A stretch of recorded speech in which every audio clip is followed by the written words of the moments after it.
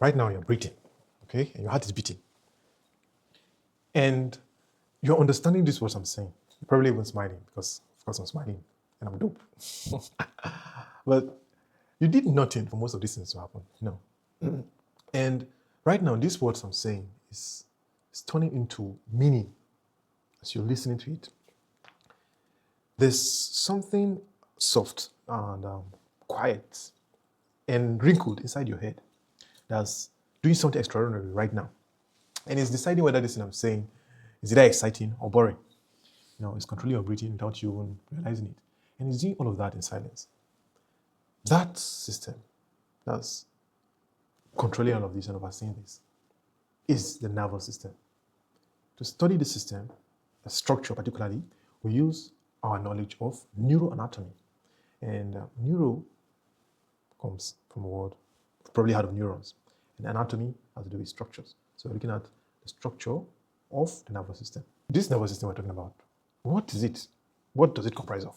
So the nervous system is divided into two kind of main divisions: the central nervous system and the peripheral nervous system. The central nervous system, on the other hand, has only two structures, just two: the brain and the spinal cord. Two, simple, powerful. You see, and the brain is responsible for your thinking, your memory, your emotions, and your decision making, your interpretation of the senses. It doesn't really, like say, lift muscle per se, but it commands. It does most of the processing of your nervous system. The spinal cord, on the other hand, is like the main highway. It carries messages from the brain to the body, the brain to your body, and it takes messages from the body back to the brain. So it's like linking the headquarters to the actual workers. Do you understand? That is the spinal cord. And if you cut the highway, of course, you stop the communication. So even though the brain and the muscle are there, when you cut the highway, which is the spinal cord, there's an impairment of communication. Your brain itself is not just one organ. It's actually many that function as one. And it comprises of the cerebrum, the cerebellum, and the brainstem. Now the cerebrum does the thinking. It tries to solve problems, tells jokes, it falls in love. It is the reason you argue around 2 a.m. And see, drama lives here. Now the cerebellum, on the other hand, a part of the brain, this is a smaller part, but it's also mighty. And what it does is it coordinates movement and balance, precision, and timing. And although it doesn't start the movements, it actually perfects those movements. So without the cerebellum, walking becomes clumsy. You talk, your speech becomes slurred, and life becomes miserable, like a bad Wi-Fi. So it's actually a quiet hero, not very loud like the cerebrum, but it has massive impact. Then the brainstem, on the other hand, is what connects the brain, put it this way, to the spinal cord. And it also controls things like your breathing, it controls your heart rate, it controls your consciousness, your swallowing. Basically, things that are responsible for your survival as a human being. Like it's the survival central of your body. Now, you may not think it, you don't notice it, but the moment it fails, the moment it stops working, everything stops. That's the brainstem. And these are the parts of the brain. The spinal cord, on the other hand, connects your brain to the body. And it serves as the messenger between your brain and the body, taking messages from your brain to the body and from your body to the brain. It also serves as a decision maker. The reflexes I mentioned earlier. So that when you touch a hot object, your hand eventually is withdrawn before your brain even finishes thinking about it. And that speed is important. It saves your lives. The peripheral nervous system, on the other hand, is like the communication network comprising of the nerves, the ganglia. Think of it as wires that are spreading everywhere. They're spreading to your muscles, your skin, and your blood vessels. And the peripheral nervous system answers one big question: how does the central nervous system talk to the rest of the body? That's what it does. The nervous system doesn't just have parts, actually. It has directions.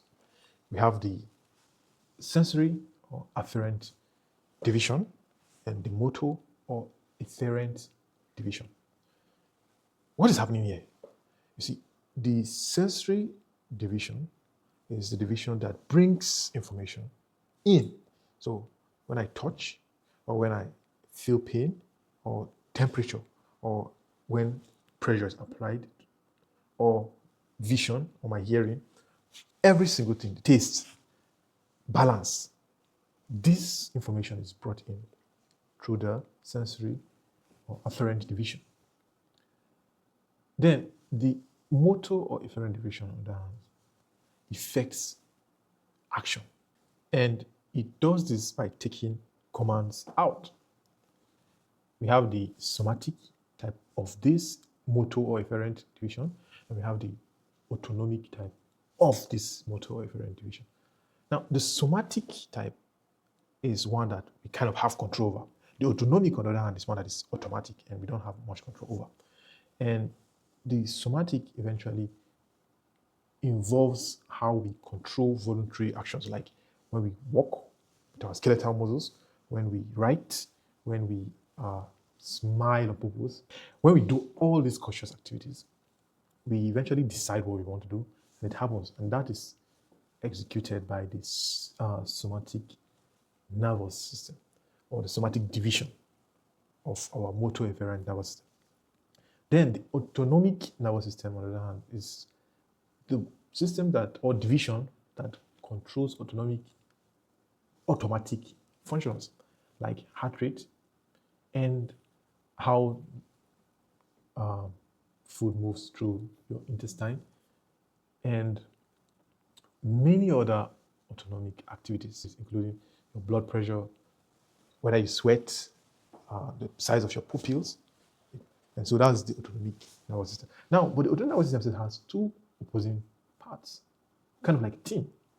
It has the sympathetic nervous system, which is the fight or flight, which you've probably heard of, and that's where your heart increases fast, your pupils dilate fast, you stop digestion. You know, it's more of like an active kind of division. The parasympathetic nervous system, on the other hand, is the division of calm, and it kind of restores your digestion, it restores rest, healing, conservation of energy. You know, it's kind of summarized as the rest and digest division. And you see, life depends on this balance, not just the dominance of one, but the balance of these two for you to live your best life. Because too much alertness burn you out, and too much calmness, you will not have anything done. Nothing gets done with too much calmness. So what are the cells of the nervous system? They are the neurons, which everybody knows about because they get the fame. And these serve the purpose of transmission of information. They receive signals and they process signals, and they kind of transmit electricity. They transmit these signals through electricity and chemicals. They are fast, of course, very fast. They're specialized, but they rarely regenerate. And that's why injury to them really matters. Then there are other types of cells called the neuroglial cells or the glial cells. They're not very popular like the neurons.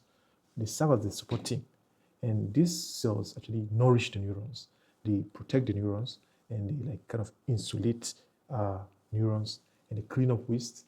Of course, neurons are known, but the glial cells actually do a lot of work in behind the scenes, the sidelines. You know now that with every laugh you've had, and with every fear you felt, and every memory you cherish, and every dream that you're chasing, they all arise from the nervous system. The nervous system is not just wires and tissues. It is how a child eventually learns a new word. It is how an elder remembers a face. It's how fear even saves your life. And it is how love is felt. It's how pain is felt. It's how dreams form and our entire existence. The nervous system.